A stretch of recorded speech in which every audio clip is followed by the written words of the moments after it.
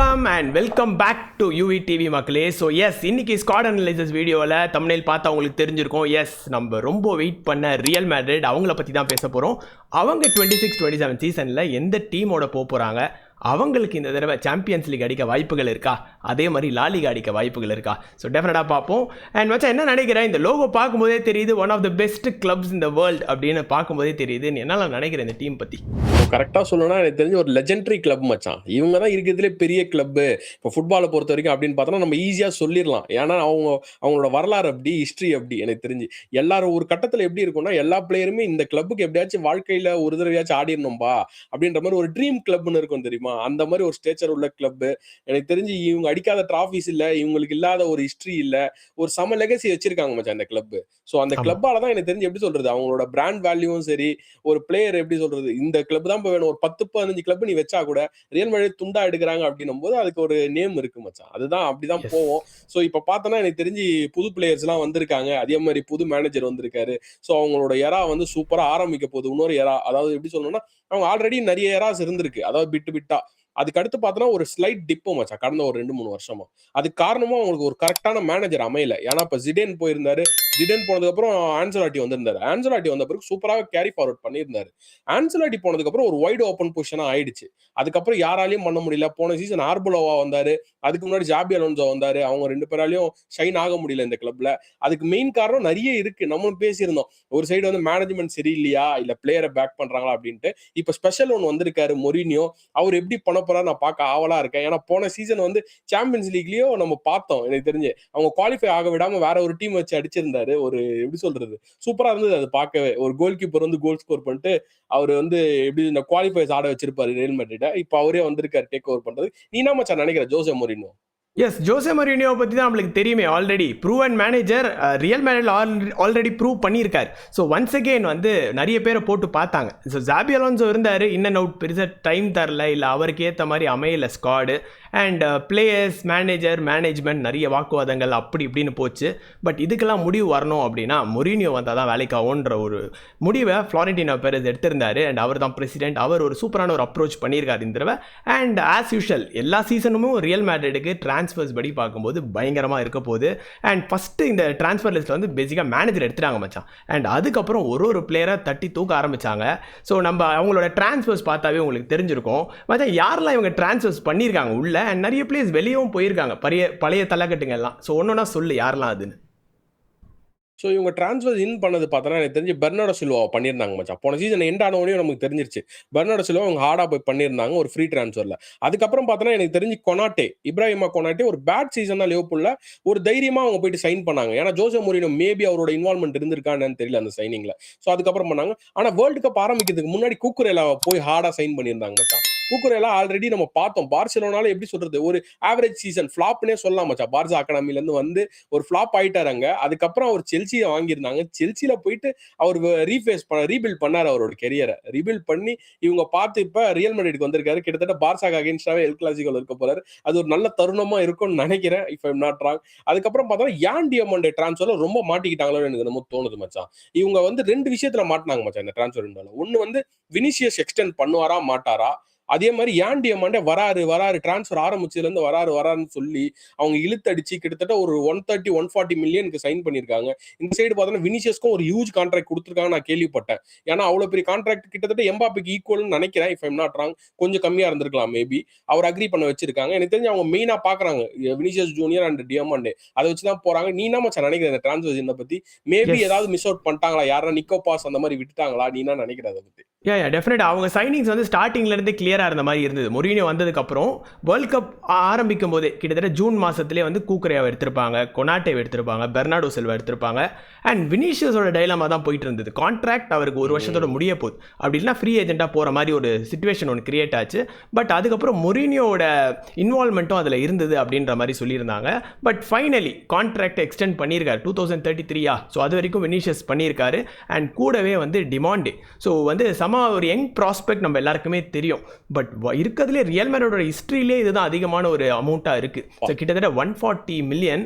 So ஒரு 19 years பிளேயருக்கு அவ்வளோ price கொடுக்குறாங்க. பட் அது எப்படி வரப்போகுதுன்றது ரொம்ப தெரியல பாய்ஸ். ஸோ நீங்கள் சொல்லுங்கள். ஸோ ரியல் மேட்ரிட் ஃபேன்ஸாக இருந்தாலும் சரி, நியூட்ரலாக இருந்தாலும் சரி, இந்த டிமாண்டேவோட டேலண்ட் பற்றி எல்லாருக்குமே தெரியும். ஸோ நல்ல ஒரு டேலண்டடான ஒரு பிளேயர் தான். பட் 140 மில்லியன் கொஞ்சம் ஹை மாதிரி எனக்கு தோணுச்சு. There are like lot of clubs behind டிமாண்டே. பட் ஸ்டில் ரியல் மேட்ரிட் கூப்பிட்டா யார் போக மாட்டா அப்படின்ற மாதிரி தான் இருந்தது. அண்ட் கூக்ரியாவோட ஜேர்னியுமே நல்லா இருந்தது. அதாவது பார்சலாருந்து பிரைட்டன் போனார், பிரைட்டன்லேருந்து செல்சி, அண்ட் செல்சியிலேருந்து அப்படியே again is back to Real Madrid. So இந்த சைடில் சூப்பராக இருக்குது. அண்ட் பெர்னார்டோ சில்வாவோட இது சிச்சுவேஷனும் நல்லா போயிட்டு இருந்தது. அண்ட் அவங்களோட அவுட் மச்சான். ஸோ நிறைய பேரை வந்து 2-3 வருஷமாக ஐ மீன் ப்ரீவியஸாக நல்லா விளையாடின பிளேயர்ஸ், அதாவது கர்வா ஆகட்டும் சரி, ஆலபா ஆகட்டும் சரி, நிறைய பிளேயர்ஸை வந்து வச்சிருந்தாங்க. பட் இந்த தடவை வந்து அவங்களுக்கு எல்லாமே கான்ட்ராக்ட் முடிஞ்சிச்சு. ஸோ ரினுவல்லாம் பண்ணல. ஸோ நீங்கள் கிளம்புங்கப்பா. ஸோ இப்போ ரியல் மேட்ரிட் வந்து ஒரு புது எராவை நோக்கி போக போகுது. ஸோ அதனால் நாங்கள் இந்த புது பிளேயர்ஸை வச்சு தான் ஆட போகிறோம் அப்படின்ற மாதிரி சொல்லிட்டு இருக்காங்க. அண்ட் எஸ் செபலோஸ் ஆகட்டும் சரி, நிறைய பிளேயர்ஸ் வந்து போயிருக்காங்க. அண்ட் ரூமர்ஸ் அப்படி இப்படி நிறைய விஷயங்கள் இருக்குது. பட் அதை பற்றியும் நம்ம பேசலாம். அண்ட் இன்னொரு விஷயமும் இங்கே இருந்தது. பேசிக்காக என்ன அப்படின்னு பார்த்தீங்கன்னா, ரியல் மேட்ரிடோட டிரான்ஸ்ஃபர் ஹிஸ்ட்ரியில் அதிகமான ஒரு அமௌண்ட் கொடுத்து சைன் பண்ணதில் இப்போது டிமாண்டே டாப் பண்ணிட்டு இருக்காரு. கிட்டத்தட்ட 135 மில்லியன் ப்ளஸ் ஆடம்லாம் சேர்த்து 140 அப்படின்ற மாதிரி இருந்தது. கீழே பெல்லிங்ஹாம் இருந்தார். போன சீசனுக்கு முன்னாடி ஒரு 2-3 சீசன் பிஃபோர் எடுத்திருப்பாங்க. அண்ட் அப்படியே பார்த்தோன்னா எடன் ஹசார்ட். ஸோ இவங்களோட சைனிங்ஸ் எல்லாமே பார்த்தோன்னா மெஜாரிட்டி ஹிட் ஆயிருக்கு மச்சான். அண்ட் சிலது ஃப்ளாப்பும் ஆயிருக்கு. ஸோ மிக்ஸ்டாக தான் இருக்குது இவங்களை பொறுத்த வரைக்கும் ரியல் மேட்ரிட்டில்.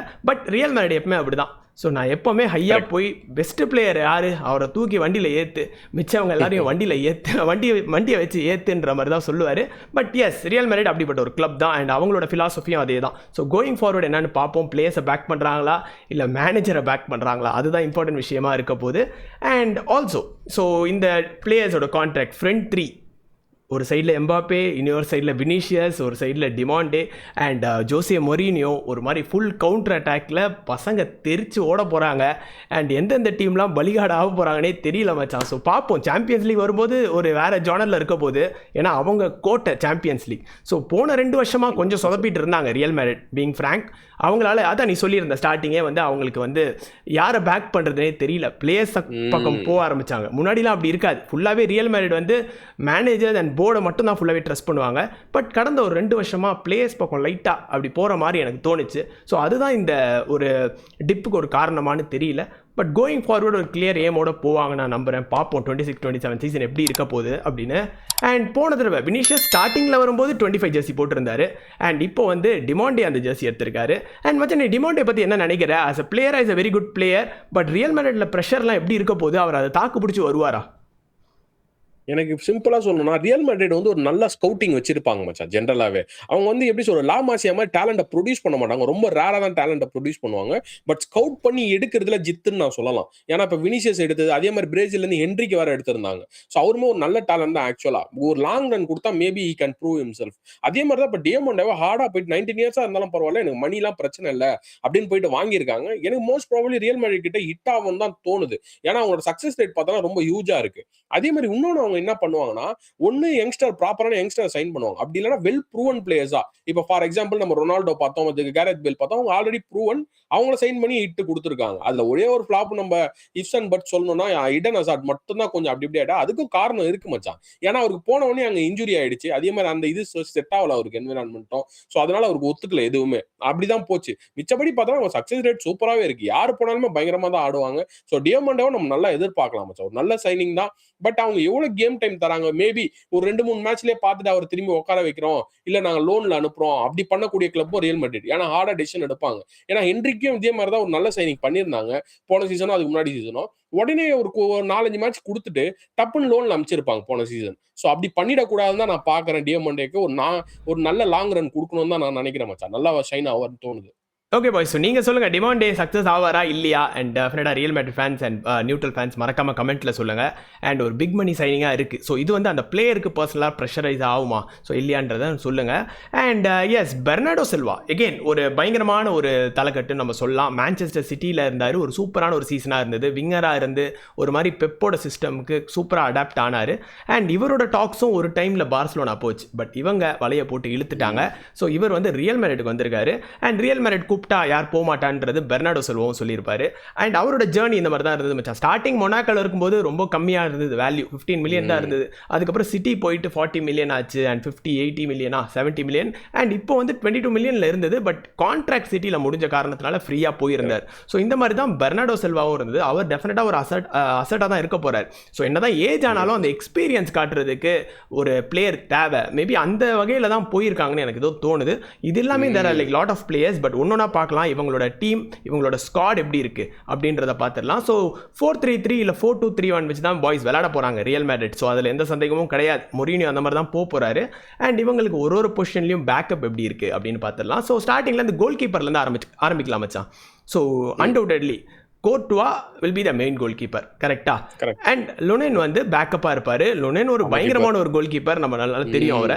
அண்ட் கிளியராக பேக்கப்பாக வச்சுக்கலாம். அண்ட் ரைட்டில் கர்வால் போயிருந்தார். அண்ட் அர்னால்டோ ஒரு 2 சீசன் பேக்ஸ் வாங்கியிருந்தாங்க. அதாவது லிவர்பூல்ல இருந்து கான்ட்ராக்ட் முடிஞ்சிருக்கும், அவர் ஃப்ரீ ஏஜென்ட்டாக வந்திருப்பாருன்னு நினைக்கிறேன். அண்ட் அது கூட டம்ஃப்ரீஸை இந்த சீசன் சைன் பண்ணியிருப்பாங்க. ஸோ அதுவுமே ஒரு நல்ல சைனிங். பட் கொஞ்சம் ஏஜ் ஆயிடுச்சு, கிட்டத்தட்ட 32 இயர்ஸ் என்னமோ ஆயிருக்குன்னு நினைக்கிறேன் டம்ஃப்ரீஸ்க்கு. பட் மேபி பேக்கப் மாதிரி வச்சு 2 பேரையுமே வைஸ் வாஸாக யூஸ் பண்ணலாம். ஸோ அந்த மாதிரி இருக்க போகுது. சிபிஎஸ்ல அகெயின் கொனாட்டே அண்ட் யார் ரூடிகர் அண்ட் அசென்சியோ. ஸோ இவங்க 3 பேருமே, அசென்சியோ வந்து சின்ன பையன், ஸோ நல்ல ஒரு சீசனாக இருந்தது. அண்ட் அதே மாதிரி வந்து ரூடிகர் கொஞ்சம் ஏஜ் ஆயிடுச்சு, எக்ஸ்பீரியன்ஸ்க்கு வைக்க போகிறாங்க. அண்ட் இப்ராஹிமோ கொனாட்டே ஸோ லிவர்பூல்லேருந்து எடுத்திருக்காங்க. போன சீசன் நீ சொல்லியிருந்த எஸ் ஒரு மாதிரி தான் இருந்தது சீசன். அண்ட் ஃப்ரான்ஸ்க்குமே ஒரு மாதிரி தான் பண்ணிட்டு இருந்தாரு. பட் ரியல் மேட்ரிட் எந்த ஆஸ்பெக்டில் கொனாட்டே எடுத்தாங்கன்னு தெரியல எனக்கு. ஸோ நீ சொல்லு பார்ப்போம் என்ன நடக்குதுன்னு. அண்ட் லெஃப்ட் சென்ட்ரல் டிஃபெண்டர்ஸில் பார்த்தோன்னா எடர் மிலிட்டோ பாதி நேரம் இன்ஜுரி ப்ரோனாக தான் இருப்பார். ஆனால் விளையாட ஆரம்பிச்சா வேற லெவல் தலைக்கட்டான ஒரு பிளேயர் தான், பயங்கரமாக ஆடுவார். Brazil CB. பட் இந்த வேர்ல்ட் கப் அன்ஃபார்ச்சுனேட்டாக ஆட முடியல. You will be the backup.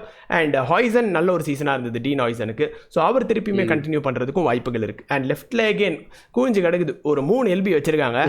கூக்கரியா will be the main LB கன்ஃபார்மாக கோயிங் ஃபார்வர்ட், அவர் தான் ஆட போகிறாரு.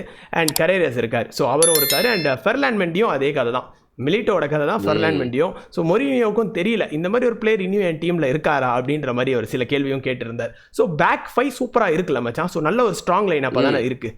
ஸோ மிட் எப்படி இருக்க போகுது? அண்ட் நீ சொல்லு, மிட்ல 3 பேர் இருக்காங்க அண்ட் ஆல்டர்னேட்டிவ் பொசிஷனும் இருக்குது. என்ன நினைக்கிறேன்?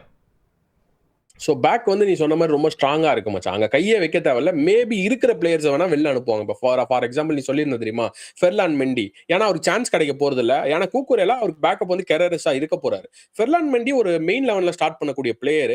அவர் கண்டிப்பா இங்க இருக்க மாட்டாருன்னு எனக்கு என்னமோ தோணுது. மேபி மொரினியோ வச்சு பேக்கப்பா கூட யூஸ் பண்ணலாம். ஆனா மோஸ்ட் ப்ராபபிலி வில் லீவ்னு தான் தோணுது. அதே மாதிரி இப்போ மிட்ஃபீல்டுக்கு வரலாம். மிட்ஃபீல்ட்ல பார்க்கும்போது வால்வர்டே மச்சான்.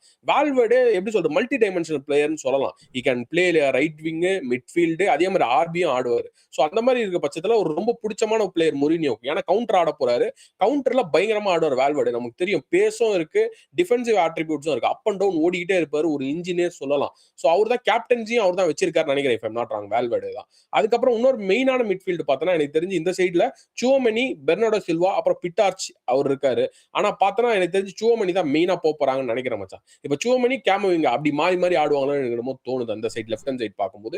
பெர்னார்டோ சில்வா இன் அண்ட் அவுட்ல இருப்பாரு. மேபி எக்ஸ்பீரியன்ஸ்க்காக நான் பெர்னார்டோவே ஆடுறேன், கேமோவிங்க அண்ட் சுவோமெனியை நான் வேற பொசிஷன்ல போட்டு ஆடுறேன் அப்படின்னா கூட நம்ம சொல்றதுக்கு இல்ல. அந்த 3 பேர் மாறி மாறி ஆட போறாங்க. கேம்ல வந்து 2 பேர் தான் மச்சான், ஒன்னு பெல்லிங்ஹாம் இல்லனா ஆர்டா கூலர். இல்ல 2 பேருமே கேம்ல ஸ்டார்ட் பண்ணாங்க. அப்போ ஒரு சிஎம் சாக்ரிஃபைஸ் பண்ணிட்டு ஒரே ஒரு சிடிஎம் ஆடுவாங்க, அப்படிதான் இருக்கும். சோ அதே மாதிரி ஆர்டா கூலர், பெல்லிங்ஹாம் மாறி மாறி ஆட போறாங்க. நீ அட்டாக்கர் பத்தி சொல்லு மச்சான். 3 அட்டாக்கருமே தரமா இருக்காங்க, அவங்க தான் ஸ்டார்ட் பண்ண போறாங்க. பேக்கப்பும் சொல்லு அவங்களுக்கு எப்படி இருக்குன்னு. Yes, Brahim Diaz will be the backup for Vinicius Junior. Vinicius Junior தான் மோஸ்ட் லைக்லி எல்லா மேட்சும் ஸ்டார்ட் பண்ண போறாரு. அதில் எந்த சந்தேகமும் யாருக்கும் இருக்க போகிறது கிடையாது. அண்ட் ஸ்ட்ரைக்கில் எகெயின் எம்பாப்பே இருக்காரு. அண்ட் ஆல்சோ பேக்கப்பில் வந்து எஸ்பி நல்லா இப்போ ரீசெண்டாக கோல்ஸ்லாம் அடிச்சிருந்தாரு. அண்ட் ஹென்ரிக் வந்து லோனில் அனுப்பலான்னு திருப்பி ஒரு பிளான் போட்டாங்க. பட் திருப்பியுமே வந்து ரீடைன் பண்ணிக்கிறேன் அப்படின்ற மாதிரி சொல்லியிருக்காங்க. But again Mbappe will be the main striker அவங்களுக்கு. அண்ட் ரைட் சைடில் ராட்ரிகோ இருக்காரு ஒரு ஆப்ஷனாக. போன சீசன் ஏசிஎல் வந்திருக்கும் அவருக்கு. But is a very good player. But டிமாண்டே எடுத்திருக்காங்க. ஃப்ரண்ட் 3 பார்க்கும்போதே பிரகாசமாக இருக்குது ரியல் மேட்ரிடுக்கு. அவங்களுக்கு இந்த தடவை கோல்ஸ் வின்ஸ் கேம்ஸ் அப்படின்ற மாதிரி தான் இருக்க போகுதுன்னு நினைக்கிறேன். எவ்வளோ கோல்ஸ் அடிக்க போகிறாங்கன்றதை பார்க்கறதுக்கு ரொம்பவே நான் வெயிட் பண்ணிட்டு இருக்கேன். அண்ட் நீங்களும் வெயிட் பண்ணுவீங்க நம்புறேன். ஸோ இதுதான் team. And there are like mix of youngsters plus experience players 2 பேருமே இருக்காங்க. ஓவராலாக பார்க்கும்போது பயங்கரமாக இருக்குது டீம். பட் எஸ், இங்கே மிட்ஃபீல்டில் ரியல் மேட்ரிட் நீ சொல்லியிருந்த, நம்ம பேசியிருந்தோம், டெஃபினட்டாக ஒரு பிளேயரை தொலைச்ச மாதிரி எனக்கு தோணுது மச்சான். ஸோ இவங்களோட டீம் பார்க்கும்போது ஸோ என்ன நினைக்கிற ராட்ரி பார்சலோனா போனதை பற்றி? அண்ட் இவங்களுக்கு போயிருந்தா, அதாவது இவங்களுக்கு வந்திருந்தா சூப்பராக இருந்திருக்கும்ல ரியல் மேட்ரிடுக்கு. எனக்கு தெரிஞ்சு சூப்பரா இருந்திருக்கும் மச்சான். அப்ப ராட்ரி இவங்க எடுத்துட்டு வந்திருந்தாங்கன்னு வச்சுக்கயேன், அடுத்த ஒரு 2, 3 வருஷம் சாம்பியன்ஸ் லீக வச்சிரலாம்பா இவங்களுக்கு. ஏன்னா அட்டாக் இருக்கு. டிஃபென்ஸுமே ராட்ரி வந்துட்டாருன்னா, டிஃபென்ஸ் அவர் கோஆர்டினேட் பண்ணிப்பாரு. நான் வந்து டிஃபென்சிவ் ஒர்க் பார்த்துக்கிறேன். அட்டாக் நீங்க கவலைப்படாதீங்க. நான் அங்கருந்து பால்ஸ் குடுக்குறேன். நீங்க போயிட்டு கவுண்டர்ல அட்டாக் பண்ணுங்க அப்டின்னு பயங்கரமா இருந்திருக்கும் பார்க்கவே. ஆனா இப்ப அதுல என்ன பண்ணிட்டாங்கன்னா, இப்ப சியூமனி கேமோ திரும்பி இவங்க பேக் பண்ணிட்டாங்கன்னு எனக்கு என்னமோ தோணுது. ஏன்னா அவங்க ரொம்ப டிஃபென்சிவ் ஓரியன்டட். அஃபென்சிவ்ல கொஞ்சம் பாஸ் போடுவாங்க. ராட்ரி மாரி கொஞ்சம் ஃப்ளெக்சிபிளா இருப்பாங்களா? அந்த டிக்கி டாக்கா பாசஸ்லாம் வருமான்னு கேட்டா எனக்கு தெரியல மச்சான். ஏன்னா திரும்பி எப்படி சொல்றது, சியோமனி கேமோவிங்கா ஏன்னா போறாங்களா? இப்ப மான்செஸ்டர் யுனைட்டட் அவங்கள பார்த்துட்டு இருந்தாங்க கேமோவிங்கான்னு சியோமனிய எடுத்துட்டு போறதுக்கு. பட் திரும்பியுமே போல. அங்க ஒரு மிஸ் அவுட் பண்ணிருக்காங்க. இப்ப பெர்னார்டோ சில்வா தான் அந்த ரோல் ப்ளே பண்ணி ஆகணும். மேபி இப்ப விட்டினியா அந்த மாதிரி பிளேயர் நம்ம பார்த்திருந்தோம் பிஎஸ்ஜில. அந்த மாதிரி பெர்னார்டோ இவர் பார்க்கறாரா ஜோசே மோரினியோ அதுவும் நம்ம பார்க்கணும். ஏன்னா அந்த மாதிரி நீ மிட்ல நீ சாலிடிட்டி குடுப்பா அப்படின்னு குடுத்துட்டு இவங்க குடுக்குறாங்களான்னு தெரியல. பட் ராட்ரி ஹியூஜ் மிஸ்ஸா இருக்க போகுது மச்சான். அங்க பார்சலோனா போய் கலக்க போறாரு. பார்சலோனா அந்த விதத்துல ஒரு ஹியூஜ் அட்வான்டேஜ் இருக்குன்னு நான் நினைக்கிறேன் மச்சான் இந்த ஒரு விஷயத்துல. எஸ் அண்ட் நம்மளுக்கு தெரியும் ரியல் மேரியோட மிட் எப்போவுமே பயங்கரமான ஒரு மிட்டாக இருக்கும். ஸோ நம்ம பார்த்துருக்கோம் ஜாபி ஒலோன்ஸோ ஒரு சைடில் அண்ட் நிறைய பேர் இருப்பாங்க மிட்டில் பொறுத்த வரைக்கும் அண்ட் க்ரூஸ் மாட்ரிச் எல்லாருமே இருப்பாங்க. பட் மாட்ரிச்சோட பொசிஷன் தான் எப்போவுமே ரியல் மேரிக்கு இப்போ அவர் போனதுக்கப்புறம் ரொம்ப கஷ்டப்படுற மாதிரி எனக்கு தெரியுது. ஸோ ஏகெயின் விட்டினியா போயிருக்கலாம். ஸோ நிறைய பிளேயர்ஸ் இருக்காங்க அந்த மாதிரி ஒரு இதுக்கு போகிறதுக்கு. பட் அங்கே மட்டும் I feel like some loopholes இருக்குது ரியல் மேரிட்ல. ஏன் அப்படின்னா அந்த ப்ரூவன் பிளேயர்ஸாக இருந்தாங்க அவங்க எல்லாருமே. இப்போ சூமனிலாம் ஒரு youngster is a very good player. But அந்த அளவுக்கு இவங்க எதிர்பார்க்குறாங்க அது அவரால் கொடுக்க முடியல. ஸோ எல்லா சீசனும் அந்த மாதிரி தான் ஆகுது. ஸோ ஒரு ப்ரெஷர் ஃபுல்லாகவே மிட்ல அவர்கிட்ட போன மாதிரி தெரியுது. அண்ட் கேமோவிங்கா எகெயின் இவங்க எல்லாருமே ஒரு சின்ன பிளேயர்ஸ் தான். சின்ன பிளேயர்ஸ் சொல்கிறேன் எக்ஸ்பீரியன்ஸ் கம்மியான ஒரு பிளேயர்ஸ் தான். ஸோ அவங்க எப்படி அந்த மாதிரி ஒரு இதுக்கு காட்டுவாங்க அப்படின்றது தான் ஒரு கொஸ்டின் மார்க்காக இருக்குது. மற்றபடி எல்லா வருஷமும் அட்டாக் பயங்கரமாக தான் இருக்கும் ரியல் மேட்ரிட் அண்ட் டிஃபென்ஸும் சூப்பராக தான் இருக்கும். மிட்டு மட்டும் அவங்க ஏதாவது இனி ஒரு சைனிங் ஏதாவது பண்ணுவாங்களான்னு தெரியல. பட் அது பண்ணால் சூப்பராக இருக்கும். அண்ட் எஸ் ஸோ இவங்க ரியல் மேட்ரிட் வந்து ஃப்ரெண்ட்லீஸ் இப்போ ரீசெண்டாக விளையாடிருக்காங்க. கிட்டத்தட்ட எவ்வளோ மேட்ச் ஒரு 5 மேட்ச் விளையாடிருக்காங்க. 5 மேட்ச்சில் ஒரு லாஸ் கூட வரல மொரினியோ கீழே. அண்ட் எல்லா மேட்சும் ஒரு மேட்ச் ஃபியோரன்டினா கிட்ட ஒரு ட்ரா வந்திருக்கும்னு நினைக்கிறேன். பட் அதை தவிர நிறைய மேட்சஸ் வின் தான் பண்ணியிருக்காங்க. நிறைய கோல்ஸ் எல்லா பிளேயர்ஸ் கிட்டேருந்தும் வந்திருக்கு. அண்ட் மச்சான் இவங்களோட ஜேர்னி ஃப்ரெண்ட்லீஸில் நல்லா இருக்குது. பட் அதை பற்றி என்ன நினைக்கிறேன், இதே மொமெண்டம் கேரி பண்ணி போவாங்களா சீசன் ஆரம்பிக்கும் போது? ஆக்சுவலா ஃபேன்ஸ் எல்லாம் வெரி ஹாப்பி மச்சான். ஏன்னா வினிசியஸ் எம்பாப்பே வந்து ட்ராக் பேக் பண்றாங்களாம். நம்ம அதிகமா பார்த்ததில்ல, இன்டர்நேஷனல்லையும் பார்த்ததில்ல, இதுக்கு முன்னாடி மேனேஜர்ஸ்லயும் நம்ம பார்த்ததில்ல, மேனேஜர் ஸ்டின்ட்லயும். ஏன்னா ரியல் மேட்ரிடுக்கு அலோன்சோ வந்திருந்தாரு, அதே மாதிரி ஆர்புலோ வந்திருந்தா அவங்க எவ்வளவு ட்ரை பண்ணி பார்த்தாங்க இவங்கெல்லாம் ட்ராக் பேக் பண்ண வைக்கலான்ட்டு. பட் ஸ்பெஷல் ஒன்று வந்து தான் அதை பண்ண வைக்கணும் அப்படின்ட்டு இருக்கு. பாய்ஸும் வந்து எப்படி சொல்றது, ஒரு ஈகோ பார்க்காம நாங்களும் ட்ராக் பேக் பண்றோம். வினிசியஸும் சரி எம்பாப்பேவும் சரி பார்க்க நல்லா இருக்கு. டிஃபென்ஸ் கான்ட்ரிபியூஷன் நல்லாவே இருக்கு அவங்க கிட்ட இருந்து. ஸோ மொரினியோ அதான் எக்ஸ்பெக்ட் பண்றாரு, நீங்க டிஃபென்ஸ்ல வின் பண்ணிட்டு டப்புன்னு ஒரு கவுண்டரா போங்க அப்படின்னு வின் பண்ற. சோ இந்த மேட்சஸ்லாம் அதுக்கு ஒரு எக்ஸாம்பிள் மாதிரி இருந்தது மச்சான். ஒரு ஸ்டார்டிங் பாக்குற ஒரு ஸ்டிண்ட் ஒரு நல்ல எப்படி சொல்றது, உனக்கு ஒரு எடுத்தோடனே ஒரு பிளஸ் பாயிண்ட் நம்ம சொல்லுவோம்ல, ஒரு நல்லா நோக்கி போயிட்டு இருக்காங்க மச்சான் அப்படின்ட்டு. சோ எதிர்பார்க்கலாம் எனக்கு என்னமோ தோணுது. ஏன்னா திரும்பி ரியல் மேட்ரிட் வந்து பிலீஃப் வந்திருக்கு. இப்ப ஸ்பெஷல் ஒன்று வந்துட்டாரு. அதே மாதிரி வந்து அவங்க அட்டாக்குமே பயங்கரமா பில்ட் பண்ணிட்டாங்க. நிறைய சைனிங்ஸுமே பண்ணியிருந்தாங்க. எப்பவுமே ரியல் மேட்ரிட் வந்து ரொம்ப ஆக்டிவா இருப்பாங்க. இன்னும் 2-3 சைனிங் பண்ண போறாங்க நான் கேள்விப்பட்டேன் மச்சான். ரியல் மேட்ரிட் யாரையோ பார்த்துட்டு இருக்காங்களா, இதோட எங்களுக்கு முடியல விண்டோ அப்படின்னு சொல்லியிருக்காங்க. தெரியல, மேபி வேற யாருன்னா ரீசெண்டா நம்ம சொல்ற மாதிரி மிட்லியோ இல்ல டிஃபென்ஸ் ஓரியன்டோ யாரா சைன் பண்ணா ஆச்சரியப்படுறதுக்கு இல்ல மச்சான். Yes so boys friendly games எல்லாமே ஆஸ் யூஷுவல் ரியல் மேட்ரிட் எப்பவுமே அடிப்பாங்க. இந்த மாதிரி தான் அடிச்சிருக்காங்க. ஒரு நல்ல ஃபார்மாக தான் இருக்காங்க டீமு. பட் எல் கிளாசிக்கோ தான் ரொம்பவே பேசும்படும் ஒரு கேமாக நம்ம பார்ப்போம். ஸோ அப்படி பார்க்கும்போது இந்த 2 டீம்லேயுமே வந்து இந்த தடவை பயங்கரமான ஒரு ஸ்குவாடாக போகிறாங்க. மச்சான் என்ன நினைக்கிற, இவங்க ஒரு சைடில் பாரு அட்டாக்கு, ஒரு இன்னொரு சைட்லையுமே அட்டாக் பயங்கரமாக இருக்குது. டிஃபென்ஸ் மிட்டு எல்லாமே வந்து வேர்ல்ட்லேயே பெஸ்ட் கிளப் 2 விளையாடுற மாதிரி எனக்கு தெரியுது பார்க்கும்போது எல் கிளாசிக்கோவில். அண்ட் இதுக்கு முன்னாடி எல் கிளாசிக்கோவும் பயங்கரமாக இருந்திருக்கு. பட் ரீசெண்டாக ஒரு 1-2 எல் கிளாசிக்கோ ஒரு மாதிரி தான் போச்சு. அந்த நிறைய எதிர்பார்ப்புகள் இருந்து ஃபெயில் ஆகி இருந்த மாதிரி இருந்தது. பட் எனக்கு தெரிஞ்சு மொரினியோ ஒரு சைடில், ஆன்சி ஃப்ளிக் ஒரு சைடில். ஆன்சி ஃப்ளிக் ஒரு ஹை ப்ரெஸ்ஸிங் கேம் விளையாடுவார் அண்ட் ஹை பொசிஷன் ஹை லைனில் விளையாடுவார். அண்ட் மொரினியோ ஒரு சைடில் நல்லா டிஃபென்ஸ் பண்ணி கரெக்டான ரைட் மூமெண்ட் ஆஃப் டைமில் அட்டாக் பண்ணி டிஸ்ட்ராய் பண்ணக்கூடிய ஒரு அபிலிட்டி இருக்கிற ஒரு மேனேஜர். ஸோ இவங்க 2 பேரும் மோத போகிறாங்க. அண்ட் இதை எப்படி போக போகுது அண்ட் நீ பார்க்க ஆவலாக இருக்கியா? 100% மச்சான். ரொம்ப வருஷம் இப்போ கடந்த ஒரு 2-3 வருஷமா ஒரு ஒன் சைடட் கேம் மாதிரி இருந்தது மச்சான். லிட்டரலி நீ ஓவரால் ஸ்டார்ட் எடுத்து பார்க்கும்போது பார்சிலோனா கொஞ்சம் டாமினேட் பண்ண மாதிரி இருந்தது. மேபி இவங்க கன்சர்ன் வந்து அந்த மேனேஜர் மாற்றி இருந்தது, ஒரு பிளேயிங் ஸ்டைல் ப்ராப்பராக இம்ப்ளிமெண்ட் பண்ணல. அந்த ஆன்சலாட்டி போனதுக்கு அப்புறமே இவங்க அப்பர் ஹேண்ட் எடுத்துட்டாங்க பார்சிலோனா. ஸோ அதனால இப்போ திரும்பி எப்படி சொல்றது, இவங்க கம்பேக் கொடுக்கணும்னா நல்ல சைனிங் இல்லை ஒரு நல்ல ப்ராப்பரான மேனேஜர் கொண்டு வரணும். அதான் பண்ணியிருக்காங்க கரெக்டாகவே, கரெக்ட் டைமில் இருக்கு. இந்த வருஷம் பார்த்தோன்னா ரொம்ப எப்படி சொல்றது, நான் ஆர்வலாக வெயிட் பண்ணிட்டு இருக்கேன் மச்சான். ஏன்னா ஒரு க்ளோஸ் என்கவுண்டரா தான் இருக்க போது. யார் வேணா அந்த அந்த டேல ஜெயிக்கலாம். ஏன்னா இந்த சைடுமே ஸ்டார் ஸ்டட்டடா இருக்காங்க, அந்த சைடுமே ஸ்டார் ஸ்டட்டடா இருக்காங்க. அந்த டேல கோல்ஸ் கலரா இருக்க போகுது. கிட்டத்தட்ட நம்ம போன வருஷம் அந்த PSG பயன் மியூனிக் மேட்ச் பார்த்தோம். கண்ணாபின்னான்னு அடிச்சுக்கிட்டாங்க. அது ஒரு பேசும் பொருளா இருந்தது. இந்த வாட்டி எல் கிளாசிக்கோ தான் பேசும் பொருளா இருக்க போகுது. அதே மாதிரி எப்படி சொல்றது? மேபி சாம்பியன்ஸ் லீக்ல முன்னாடியே மோதுறாங்களா? இல்ல எண்ட்ல போய் மோதுறாங்களா? எனக்கு தெரியல. ஆனா 2 பேருமே டீப்பா சாம்பியன்ஸ் லீக்ல போறாங்க. டைட்டில் அடிக்கிறதுக்கு ஹெவி ஃபேவரட்ஸாவும் இருக்க போறாங்க மச்சான். மோஸ்ட் ப்ராபபிலி பார்சிலோனா ஹெவி ஃபேவரட்ஸா இருப்பாங்க. நம்ம ரியல் மேட்ரிட்டையும் ரைட் ஆஃப் பண்ண முடியாது. அவங்க தான் ஜெயண்ட்ஸ். சாம்பியன்ஸ் லீக்ல அதிக டிராஃபி அடிச்சவங்க. சோ 2 பேரோட மெயின் மோட்டிவ் லா லிகா ஃபர்ஸ்ட் இருக்கும் மச்சான். பட் பெரிய மோட்டிவா சாம்பியன்ஸ் லீக் தான் இருக்க போகுது. சோ பயங்கரமா இருக்க போகுது மச்சான். ஆவலா வெயிட் பண்ணிட்டு இருக்கேன். அண்ட் எஸ் பாய்ஸ் நீங்கள் சொல்லுங்கள். ஸோ லாலிகாவில் வந்து பார்சலோனா டைட்டில் அடிக்க போகிறாங்களா இந்த தடவை, இல்லை நம்ம ரியல் மேட்ரிட் டைட்டில் அடிக்க போகிறாங்களா? ஸோ டெஃபினட்டாக எனக்கு கமெண்ட்டில் சொல்லுங்கள். அண்ட் சாம்பியன்ஸ் லீக் திருப்பியுமே கவுண்ட் இன்க்ரீஸ் பண்ணுவாங்களா ரியல் மேட்ரிட்ன்றதையும் சொல்லுங்கள். அண்ட் டீம் சூப்பராக இருக்குது கோயிங் ஃபார்வர்ட். ஒரு நல்ல ஒரு மேனேஜர், எக்ஸ்பீரியன்ஸ்டான ஒரு மேனேஜர் உள்ளே வந்திருக்காரு. அண்ட் இந்த ஸ்குவாடை வச்சு அவர் எவ்வளோ தூரம் ப்ரோக்ரெசிவாக போகிறாருன்றதையும் சொல்லுங்கள்.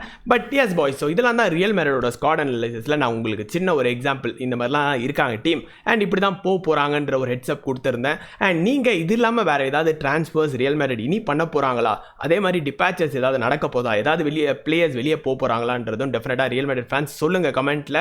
அண்ட் இந்த வீடியோ பிடிச்சிருந்ததுன்னா மறக்காமல் லைக் பண்ணுங்கள் பாய்ஸ். அண்ட் புதுசாக பார்க்குறீங்கன்னா சப்ஸ்கிரைப் பண்ணுங்கள். மீண்டும் நெக்ஸ்ட் வீடியோவில் உங்களை சந்திக்கிறோம். until then it's bye from both of us. நன்றி, வணக்கம்.